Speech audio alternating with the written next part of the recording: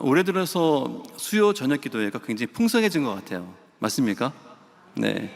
특히 또 예배 마치고 나서 제자반 또 사역반별로 모여서 교제하고 기도하는 모습을 보면 이제 완전히 코로나 시대를 극복했다, 예전에 우리 교회의 모습을 회복했다, 이런 생각을 하게 됩니다. 오늘도 제자훈련생, 사역훈련생들 이 자리에 많이 앉아 계시죠? 제 눈에도 많이 보입니다. 네. 여러분들 요즘 훈련 받으시면서 최대의 관심사가 무엇일까요? 네. 제자훈련생들은 기독교의 핵심 교리를 배우고 계시는데 그 말씀을 삶 속에 적용하는 것이 큰 관심일 것 같고, 또 우리 사역훈련생들은 교회의 정의, 또 교회의 사명에 대해서 공부하시기 때문에 가슴이 뛸 것이라고 생각합니다. 자, 그런데 우리가 훈련생으로서 또 하나의 관심을 가지고 시작한 일들이 있죠. 제자반은 해외 단기 선교를 준비하셔야 되고, 사역반은 국내 아웃리치를 준비하는 시기가 되었습니다. 지난주와 그 전주 토비스 이후에 훈련부에서는 훈련생들을 대상으로 OT를 진행했어요. 제자훈련 단기 선교 OT는 훈련생 전체가 모이셨고, 또 사역반 아웃리치는 총무와 회계를 중심으로 OT를 가졌습니다. OT 참석하신 우리 훈련생들 마음속에 여러 가지 생각이 있으실 텐데 이런 질문이 떠올랐을 겁니다. 과연 우리가 이 사역을 감당할 수 있을까? 맞습니까? 그런 생각이 떠올랐을 것 같아요.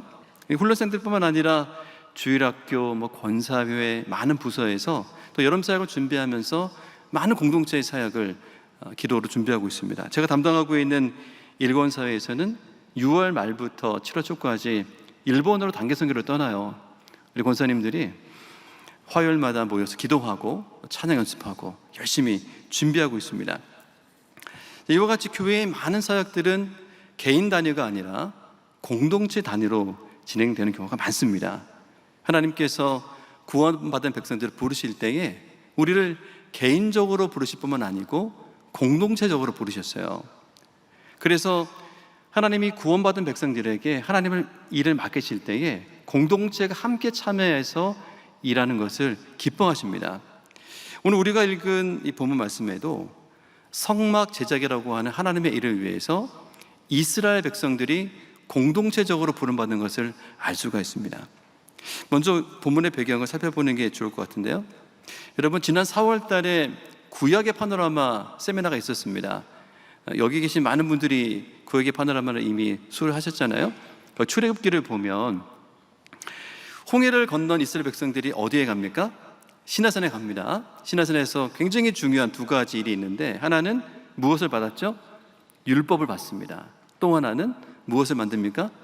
성막을 만드는 거예요. 그래서 여러분들이 구약의 파노라마에서 이 사건들을 기억하기 위해서 모션, 율동을 하셨었죠. 기억나세요? 시내산 어떻게 했습니까? 시내산은 이렇게, 그렇죠, 산 모양을 만들어서 시내산을 표현했습니다. 율법은 두 손을 펼쳐서 두 돌판의 모양을 만들었어요. 마지막으로 성막 어떻게 하죠? 성막은 이렇게 깍지를 끼워서 성막의 모양을 만듭니다. 그런데 깍지를 잘못 끼워서 이렇게 끼면 어떻게 되죠? 이렇게 끼면 제사장과 레위인이 사라져버리는 현상이 나타났기 때문에 이렇게 끼셔서 이렇게 제사장과 레위인을 표현해야 됩니다. 기억나시죠? 네. 모르는 것처럼 하시면 제가 힘듭니다. 네. 다 그렇게 배웠습니다. 네. 자, 그런데 중요한 것은 무엇이냐? 시내산에 도착했던 이스라엘 백성들이 하나님으로부터 성막을 제작하라는 명령을 받았다. 이게 핵심이에요. 자, 우리 함께 출애굽기 25장 8절과 9절 말씀을 읽어보겠습니다. 시작. 내가 그들 중에 거할 성소를 그들이 나를 위하여 짓되 무릇 내가 내게 보이는 모양대로 장막을 짓고 기구들도 그 모양을 따라 지어지니라. 아멘. 여기에서 중요한 구절이 그들이 나를 위하여 짓되, 하나님께서 성막의 제작을 명령하실 때 누가 짓도록 명령하셨습니까? 그들이 누구죠? 이스라엘 백성들. 이스라엘 백성들이 공동체적으로 참여해서 성막을 짓도록 하나님이 사명을 주셨다는 말씀이죠. 그리고 출애굽기 25장부터 31장까지 보시면 굉장히 긴 내용으로 성막의 기구들을 어떻게 만들 것인가 하나님이 자세하게 설명을 해 주십니다.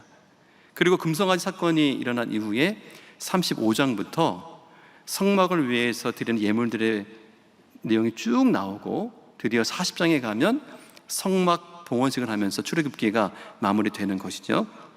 오늘 우리가 함께 읽은 출애굽기 38장 21절부터 23절 말씀을 보면 모세를 비롯해서 이 성막을 만드는 일에 참여했던 사람들의 명단이 나와요. 과연 이들은 이 성막 제작이라고 하는 공동체 사역을 어떻게 헌신하며 섬겼을까? 성막 제작을 위한 그들의 헌신을 살펴보면서 오늘날 우리는 하나님이 부르시는 공동체 사역을 어떻게 감당하실까를 한번 살펴보려고 하는 것입니다. 우리가 가장 먼저 살펴볼 사람은 모세입니다. 모세. 오늘 본문에 모세의 이름이 몇 번 나오죠? 2번 나오죠. 21절에는 모세의 명령대로, 또 22절에는 여호와께서 모세에게 명령하신 모든 것, 이런 구절이 나옵니다. 이 두 구절을 하나로 합쳐보면 여호와 하나님께서 모세에게 명령하신 모든 것을 모세가 이스라엘 백성들에게 전달했다, 이렇게 정리가 될 수 있습니다. 다시 말해서 모세는 성막 제작과 관련된 하나님의 비전을 받아서 그것을 이스라엘 백성들에게 전달했다, 이런 내용입니다. 여기서 우리가 발견하게 되는 공동체 사역의 첫 번째 원리가 나오는데요, 그것은 하나님은 공동체 사역의 비전을 영적인 리더를 통해 전달하십니다. 이것이 첫 번째 원리예요. 여러분, 모세는 명실상부한 이스라엘 공동체의 리더였습니다. 하나님이 이스라엘 백성들을 애굽에서 구출하기 위해서 모세를 택하셨고 그를 보내셔서 하나님의 명령에 따라 모세가 이스라엘 백성들을 시내산으로 인도했습니다. 그리고 그 시내산에서 이스라엘 백성이 하나님과 언약을 맺으면서 십계명을 중심으로 한 율법을 받은 것이죠. 이 모든 과정에서 모세가 이스라엘의 영적 리더로 섬긴 것입니다. 성막 제작과 관련해서도요, 하나님이 이스라엘 공동체의 리더였던 모세를 통해서 하나님의 비전을 전달하시는 것입니다. 성막의 크기, 재료, 모양에 이르기까지 정말 세밀한 하나님의 비전을 모세에게 말씀해 주십니다. 예를 들어서 여러분 아시다시피 성소와 지성소를 딱 가리는 막이 뭐죠? 휘장이 있죠. 그 휘장에 대한 말씀이 굉장히 자세하게 기록되어 있는데 출애굽기 26장 31절부터 33절까지 저와 함께 읽어보시겠습니다. 시작. 너는 청색, 자색, 홍색 실과 가늘게 꼰 배실로 짜서 휘장을 만들고 그 위에 그룹들을 정교하게 수놓아서 금 갈고리를 네 기둥 위에 늘어뜨리되 그 네 기둥을 조각목으로 만들고 금으로 싸서 네 은 받침 위에 둘지며 그 휘장을 갈고리 아래에 늘어뜨린 후에 증거궤를 그 휘장 안에 들여놓으라. 여러분, 이 말씀을 딱 읽어보니까 휘장의 모양, 또 설치의 형태, 머릿속에 막 그려지시죠? 이렇게 하나님께서 자세하게 성막 제장의 설계도를 알려주셨습니다. 그래서 실제로 출애굽기에 기록된 이 내용을 바탕으로 실제 성막을 만들어 놓은 곳이 우리나라에도 많아요. 여기 주일학교 아이들이 있는데 아마도 성막 체험을 다녀온 친구들도 있을 것 같습니다. 하여간 하나님께서 모세를 통해서 성막 제작을 위한 하나님의 비전을 전달하셨다, 이것이 핵심입니다. 그런데 오늘날에도 하나님은 믿음의 공동체에서 영적인 리더를 통해서 하나님의 비전을 전달하십니다. 우리 사랑의 교회도 마찬가지죠. 하나님께서 우리 교회의 영적인 리더로 섬기시는 담임 목사님을 통해서 우리 교회의 비전을 허락하신 줄로 믿습니다. 여러분, 우리가 함께 공유하고 기도하는 비전이 하나 있어요. 무엇일까요? 203350 비전. 이 놀라운 비전이 누구를 통해서 선포됐어요? 담임 목사님을 통해서 선포되었습니다. 예수님께서 부활하시고 승천하신 지 2000년이 되는 2033년까지 이 땅의 50%가 예수님을 믿게 하여 주옵소서.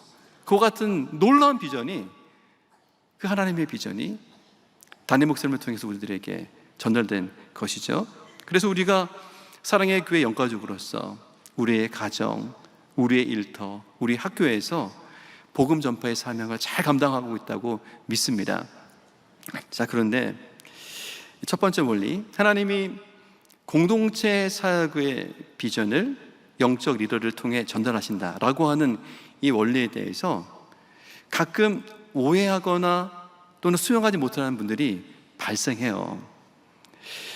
예를 들어서 우리 멤버들 가운데 나의 지식이나 또는 나의 경험을 바탕으로 그 영적 리더가 제시하는 공동체 비전을 받아들이지 못하는 경우가 종종 있다는 것입니다.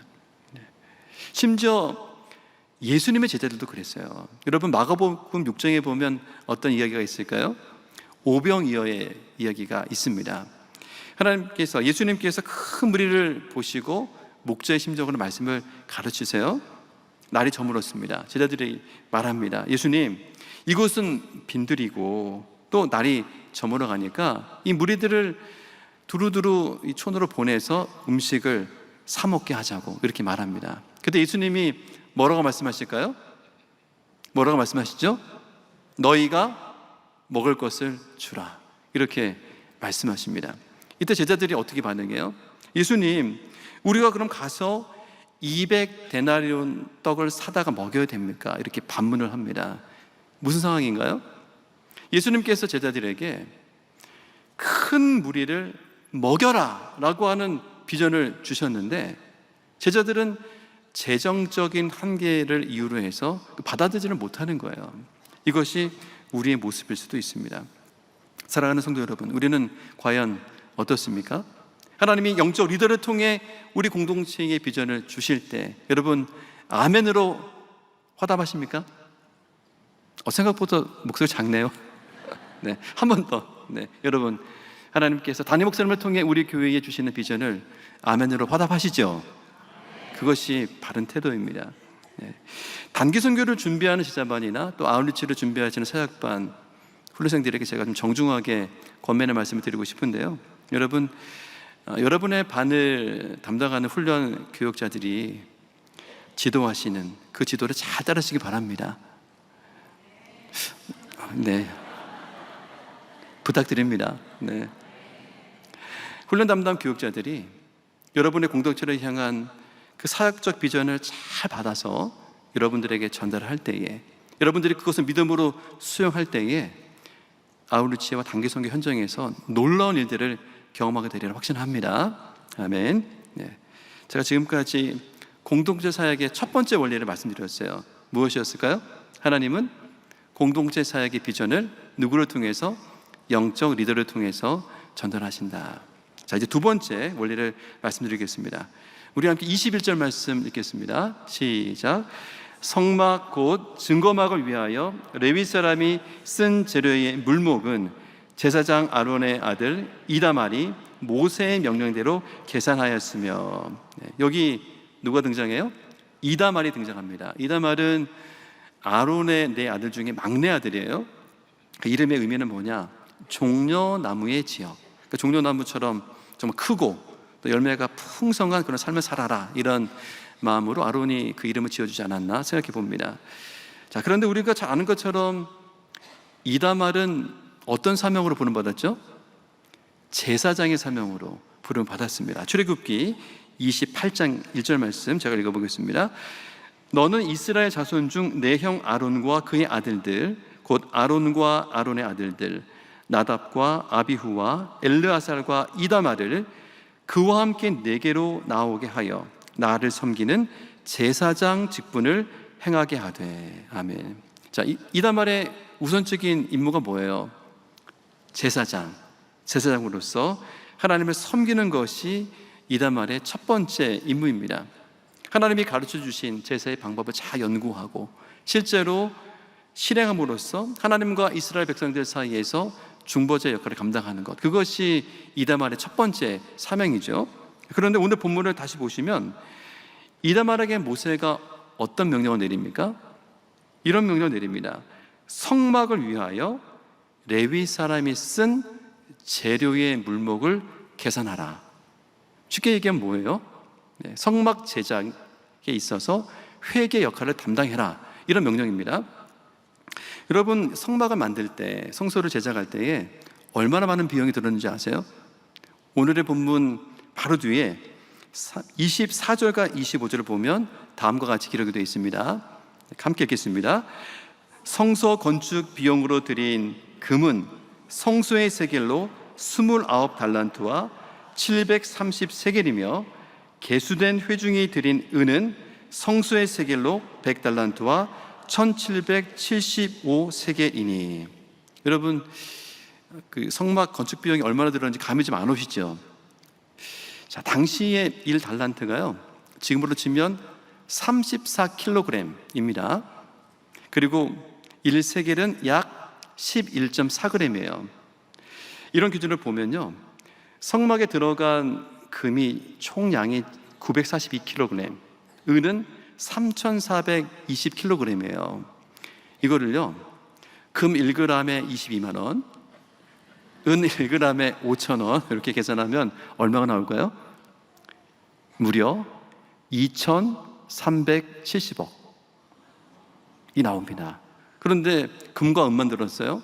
동도 들었죠, 조각목도 들었죠, 천도 들었죠. 다 계산하면 어마어마한 비용이 들어가는 겁니다. 그런데 이 엄청난 일을 모세가 누구한테 맡겼다고요? 제사장 이다말에게 맡긴 거예요. 성경은 왜 모세가 이다말에게 이 일을 맡겼는지 설명하지 않습니다. 그냥 이다말이 모세의 명령대로 계산했다, 이렇게 하면 기록하고 있어요. 여기서 우리는 공동체 사역에 있어서 두 번째 원리를 발견하게 됩니다. 그 원리는 무엇이냐면, 공동체의 사역을 위해 누군가는 힘들고 어려운 일을 담당해야 됩니다. 참 부담이 되죠. 부담이 됩니다만 실제로 우리 사역 현장에서 우리가 맞닥뜨리게 되는 그러한 원리입니다. 제가 전도사 때 일인데요, 제가 당시에 중등부를 맡아 섬기고 있어요. 그 교회에서는 한 달에 한 번씩 교육위원회 모임이 있었는데, 그 정기 모임을 통해서 주일학교의 사역의 방향성, 또 비전, 이런 것들을 나누고 토의하는 그런 시간이었습니다. 그러니까 교회의 기타 부서와 마찬가지로 교육위원회도 임원이 있겠죠. 봉사자가 필요합니다. 저에게 이제 어떤 임무가 맡겨졌냐면, 당시에 1년차였는데 서기를 맡으라는 거예요. 서기. 제가 잘할 수 있었어요. 왜냐하면 당시 신학대학원에 재학 중이었으니까 레포트도 많이 했고, 또 제가 군에 있을 때 인사전결했기 때문에 문서 다루는 거는 제가 잘합니다.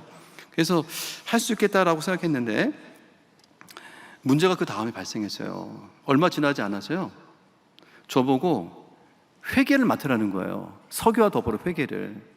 마음이 좀 힘들었어요. 좀 부당하다. 그 이유가 뭐냐면, 첫 번째, 교역자가 말씀과 기도로 영혼을 섬기는 일에 힘써야지 왜 돈을 맡으라고 하나. 이게 첫 번째고, 두 번째는요, 이 교육위원회 회계가 모든 주일학교 부서의 재정을 다 관리를 해야 돼요. 그래서 지출 결의를 올리고 재정을 받아서 넘겨줘야 돼요. 그러니까 시간과 노력이 많이 들겠죠. 마음이 되게 힘들었어요. 그래서 제가 어떻게 했을까요? 그냥 했습니다. 네, 그냥 했어요. 왜냐하면 오죽 사람이 없으면 1년차 전도사한테 이걸 맡길까 했습니다. 제가 늘 기쁘게 한 건 아니겠죠. 어떤 날은 뭐 짜증도 나고 화도 나고 막 이랬는데, 저에게 맡겨진 그 기간 안에 잘 감당했던 것 같아요. 여러분, 교회 안에서 우리가 이러저러한 사역에 동참하다 보면 이런 일들이 종종 있습니다. 정말 표가 나지 않는데, 힘이 드는데 누군가는 감당해야 되는 사역들, 여러분들 머릿속에도 막 떠오르시죠? 여전히 지금 그 자리에서 묵묵히 그 일을 감당하는 분들이 있습니다. 공동체 사역을 위해서 누군가는 힘들고 어려운 일을 담당해야 된다, 이것을 깨달은 분들이 입을 딱 닫고 그 일을 책임지고 계시는 거예요. 사랑하는 성도 여러분, 그런 분들을 귀하게 여기시기 바랍니다. 그분들이 그 일을 감당하기 때문에 우리 공동체의 사역이 이루어질 수 있기 때문입니다. 조금만 더 나아가서, 만약 여러분이 공동체를 섬기는 데 있어서 여러분의 눈에 힘들고 어려운 일이 보이면 그것을 과감하게 믿음으로 결단하세요. 내가 그 일을 섬김으로 공동체의 사역을 살리라. 주님께서 그것을 꼭 기억하시고 합당한 복으로 갚아주리라 확신합니다. 제가 지금까지 본문에 등장하는 인물들을 중심으로 공동체 사역의 두 가지 원리를 말씀드렸습니다. 첫 번째는 무엇이죠? 모세를 통해서 발견한 것인데, 하나님은 공동체 사역의 비전을 영적인 리더를 통해 전달하십니다. 두 번째는 우리가 이다말을 통해서 확인할 수 있는 내용인데, 공동체 사역을 위해 누군가는 힘들고 어려운 일을 감당해야 된다. 잘 이해가 되셨죠? 자, 두 번째까지 했고 마지막 세 번째 원리를 말씀드리고 마무리하려고 합니다. 우리 함께 22절과 23절 말씀을 한 번 더 읽도록 하겠습니다. 시작. 유다지파 훌의 손자여, 우리의 아들인 부살렐은 여호와께서 모세에게 명령하신 모든 것을 만들었고, 단지파 아이사막의 아들 오홀리압이 그와 함께 하였으니, 오홀리압은 재능이 있어서 조각하며 또 청색, 자색, 홍색실과 가는 배실로 수놓은 자더라. 아멘. 22절과 23절에 두 명이 등장하죠. 부살렐과 오홀리압이 등장합니다.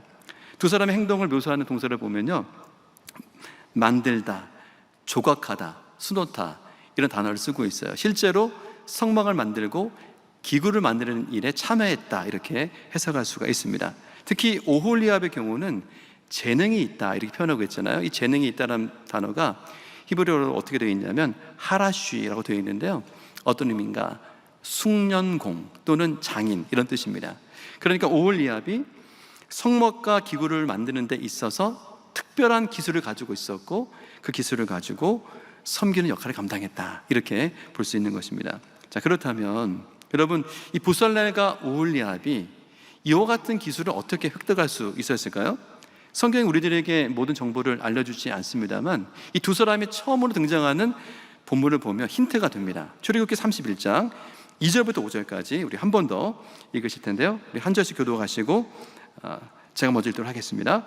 내가 유다지파 훌의 손자요, 우리의 아들인 부살렐을 지명하여 부르고 하나님의 영을 그에게 충만하게 하여 지혜와 총명과 지식과 여러 가지 재주로 정교한 일을 연구하여 금과 은과 노수로 만들게 하며 보석을 깎아 물리며 여러 가지 기술로 나무를 새겨 만들게 하리라. 아멘. 하나님이 시내산에서 모세에게 하신 말씀입니다. 하나님이 출애굽기 25장부터 30장까지 성벽과 기구들 만드는 것들 자세하게 설명을 하셨어요. 그리고 바로 31장에서 그 일을 맡아 섬길 사람으로 부살렐을 지명하여 부르십니다. 여기에서 지명하여 불렀다라고 하는 말이 어떤 의미냐면 그 이름을 불렀다, 이렇게 되어 있는데, 그 사람을 콕 찍어서 불러냈다, 이렇게 해석할 수가 있습니다. 그런데 하나님께서 부살렐을 꼭 집어서 부르셨을 때에 그 성막과 기구를 만드는 사역만 맡기신 것이 아니고요, 그 일을 감당할 만한 능력을 함께 주셨어요. 다시 말해서 하나님께서 부살렐에게 성령을 충만하게 부어주셔서 지혜와 총명과 여러 가지 재주로 성막을 만들 수 있도록 인도하셨다는 말입니다. 여러분이 잘 아시는 것처럼 구약시대에는 하나님이 그 특별한 사역을 위해서 성령 충만을 허락하셨어요. 부살렐에게도 그와 같은 은혜가 있었고, 그 은혜 가운데 성막과 기구를 잘 만들 수 있도록 하나님께서 성령의 지혜와 총명을 물부터 부어주셨다, 이것이 성경의 증언인 것입니다. 또한 출애굽기 31장 6절에 보면요, 오홀리압에 대해서는 다음과 같이 기록하고 있습니다. 6절 말씀입니다. 내가 또 단지파 아이사막의 아들 오홀리압을 세워 그와 함께하게 하며 지혜로운 마음이 있는 모든 자에게 내가 지혜를 주어 그들이 내가 내게 명령한 것을 다 만들게 할지니. 아멘. 자, 하나님 어떻게 하셨다고요? 오홀리압을 세워 그와 함께, 부살렐과 함께 하게 하셨다. 여기에서 이 구절을 지역에 보면요, 어떤 의미냐? 하나님이 부살렐에게 오홀리압을 보냈다, 이렇게 해석이 됩니다. 하나님께서 부살렐에게 성막과 기구를 만드는 사명을 주시고 성령 충만함을 주셨는데, 더불어 무엇을 주셨다? 함께 일할 동역자를 주셨다, 이런 말입니다. 자, 그런데 이 하나님께서 오홀리압에게도요 지혜를 주세요. 성막과 기구를 만들 수 있는 능력을 주세요. 부살렐에게 허락하셨던 성령 충만함의 은혜를 덧입혀 주셔서 오홀리압도 지혜로 그 일을 감당하도록 인도하시는 것입니다. 또 하나님은 오홀리압에게 가르침의 은사도 주셨어요. 출애굽기 36장 34절입니다. 또 그와 단지파 아이사막의 아들 오홀리압을 감동시키사 뭐하게 하시며 가르치게 하시며 함께 일하는 동역자들을 잘 가르칠 수 있는 은사도 주신 거예요.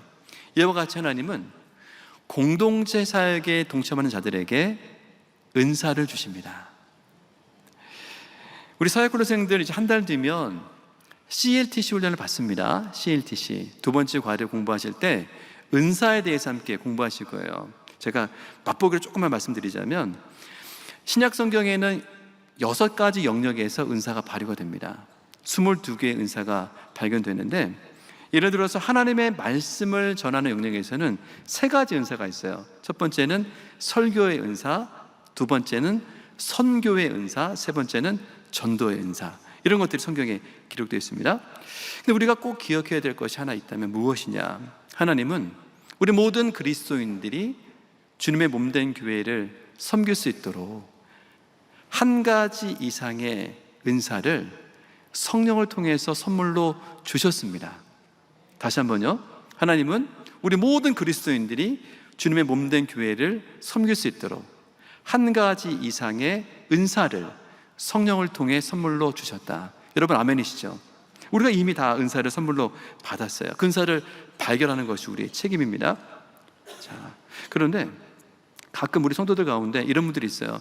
목사님, 순장님, 저는 할 줄 아는 게 아무것도 없어요. 저는 똥손이에요. 뭐 이런 분들이 있어요. 네. 근데 이게요, 뭐냐면 은사 부정이라고 하는 거예요. 은사 부정. 잘못된 태도입니다. 다 은사를 받았어요. 우리가 발견하지 못하고 개발하지 못한 것뿐이지 다 공동체를 섬길 수 있는 은사를 받았습니다. 그래서 아직까지 은사를 발견하지 못하신 분들은 다양한 봉사에 참여하시는 게 좋아요. 그래서 하나님이 주신 은사가 무엇인지, 내가 어떻게 섬길 때에 나도 기쁘고 공동체를 유익하게 하는지를 발견하면 되는 것입니다. 그렇게 하면 되겠죠? 네. 자, 그런데 우리가 또 믿고 소망하는 바가 한 가지가 더 있는데, 그것은 무엇이냐면 우리 모든 성도님들의 은사가 하나도 남김없이 또 소외되지 않고 공동체 사역에 투입되어야 됩니다. 여러분들의 모든 은사가 100% 공동체 사역에 투입될 수 있도록 힘을 기울이셔야 돼요. 왜 그럴까요?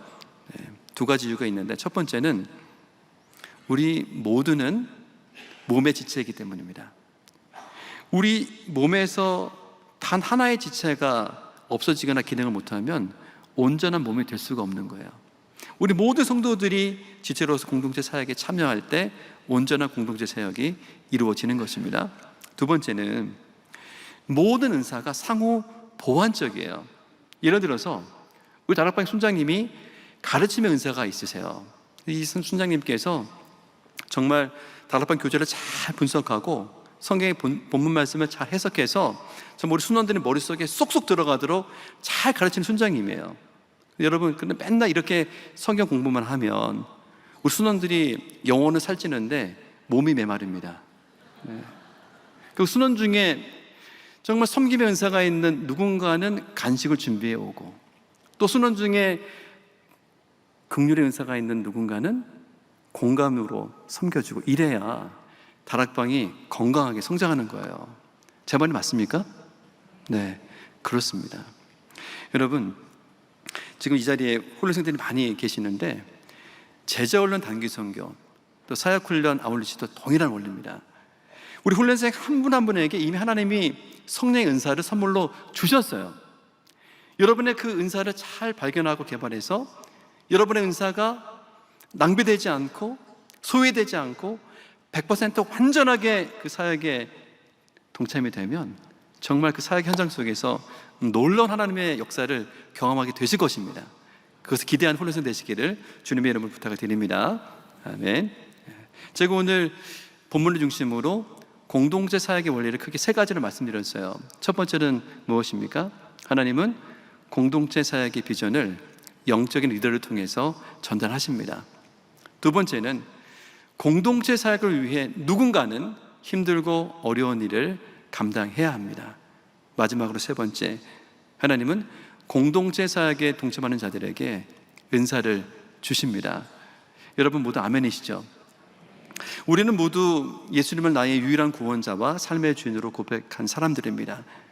그 순간 우리는 공동체로 부름을 받은 것이죠. 그리고 우리는 이미 우리가 소속되어 있는 다락방, 또 제자반, 사역반, 또 전문부서 안에서 공동체 사역에 참여하고 있습니다. 몸의 지체로서 일정한 부분을 섬기고 있는 것이죠.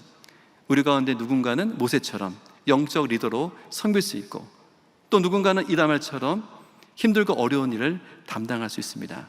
그런데 우리가 기억할 것은 부살렐과 오홀리바처럼 하나님이 이미 우리에게 성령의 은사를 주셨습니다.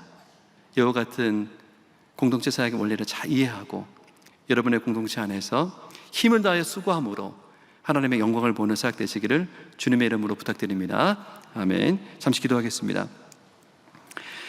참 좋으신 아버지 하나님, 오늘 말씀을 통해 공동체 사역의 원리를 깨닫게 하시니 참 감사합니다. 하나님은 우리를 공동체로 부르셔서 하나님 나라와 영광을 위해 사용하심을 믿습니다. 하나님이 영적 리더를 통해 공동체 가운데 하나님의 비전을 전달하실 때 믿음으로 수용하게 하여 주옵소서.